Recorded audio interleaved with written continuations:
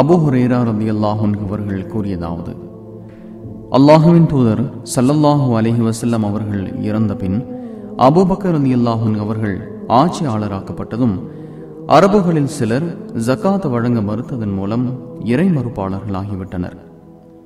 அவர்களுடன் போர் தொடுக்க கலீஃபா அபூபக்கர் ரலியல்லாஹு அன்ஹு அவர்கள் ஆயத்தமானார்கள்.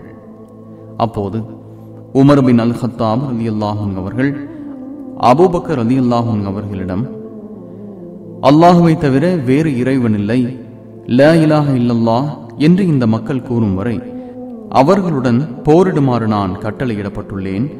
லா இலாஹ இல்லல்லாஹ் என்று கூறியவர் தகுந்த காரணம் இருந்தாலன்றி தமது செல்வத்தையும் உயிரையும் என்னிடமிருந்து பாதுகாத்துக் கொள்வார்.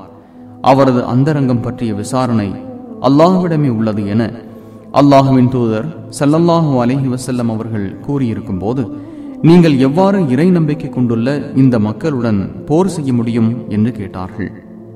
அதற்கு அபூபக்கர் ரலியல்லாஹு அன்ஹு அவர்கள், அல்லாஹ்வின் மீது ஆணையாக, தொழுகையையும் ஜகாத்தையும் வேறுபடுத்தி பார்ப்போருடன் நிச்சயமாக நான் போர் செய்வேன். ஏனெனில் ஜகாத் செல்வத்திற்குரிய கடமையாகும்.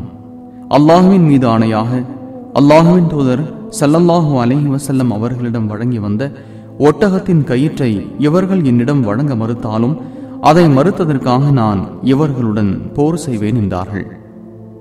இது குறித்து உமர் பின் அல் கத்தாப் ரலியல்லாஹு அன்ஹு அவர்கள், அல்லாஹுவின் மீது ஆணையாக, அபூபக்கர் ரலியல்லாஹு அன்ஹு அவர்களின் இதயத்தை போர் தொடுப்பதன் மீது உறுதியான முடிவு செய்வதற்காக அல்லாஹ் விசாலமாக்கியிருந்ததை நான் கண்டுகொண்டேன்.